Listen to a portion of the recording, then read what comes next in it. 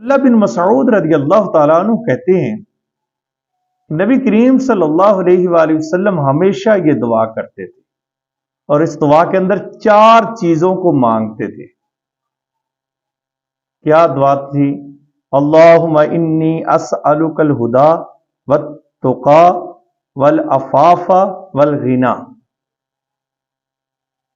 ہدایت، تقوی، پاک دامنی اور تونگری، یعنی کہ مخلوق میں کسی کا محتاج نہ کرنا۔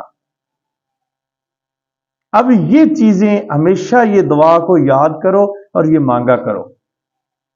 اب بات اسی پر میں آپ کو لا رہا ہوں کہ 3 شخص جنت میں سب سے پہلے جائیں گے۔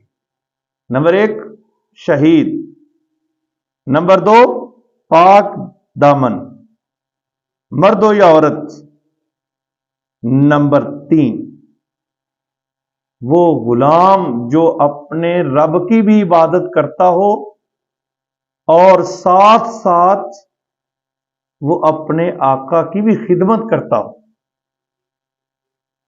بلکہ ایک روایت میں تو آتا ہے کہ تم مجھے 6 چیزوں کی ضمانت دے دو، میں تمہیں جنت کی ضمانت دیتا۔ نمبر 1 فرمایا کہ ہمیشہ سچ بولو گے جنت لے لو۔ نمبر 2 وعدہ کرو تو پورا کرو۔ نمبر 3 امانت دی جائے تو خیانت نہیں کرنی۔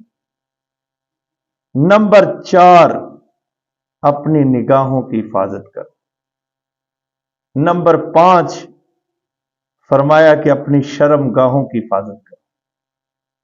نمبر 6 اپنے ہاتھوں کو روکو ظلم سے۔ فرمایا یہ 6 چیزوں کی ضمانت دے دو، میں تمہیں جنت کی ضمانت دیتا۔ آج کا جو درس شریف ہے وہ اس حوالے سے ہے کہ کچھ چیزیں اپنا لو اور کچھ چیزوں سے رک جاؤ۔ شہادت، آج فلسطین کے جو حالات ہیں، دل کرتا ہے کہ وہاں پہنچ کر شہادت نوش کی جائے۔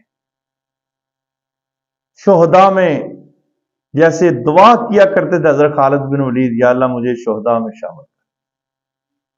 صحابہ کرام یہ آرزو کرتے تھے کہ ہم شہید ہو جائیں۔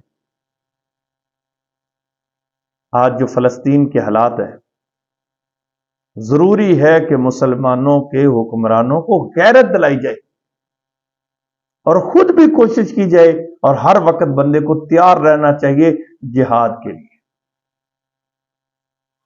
اللہ مسلمانوں کی مدد فرمائے۔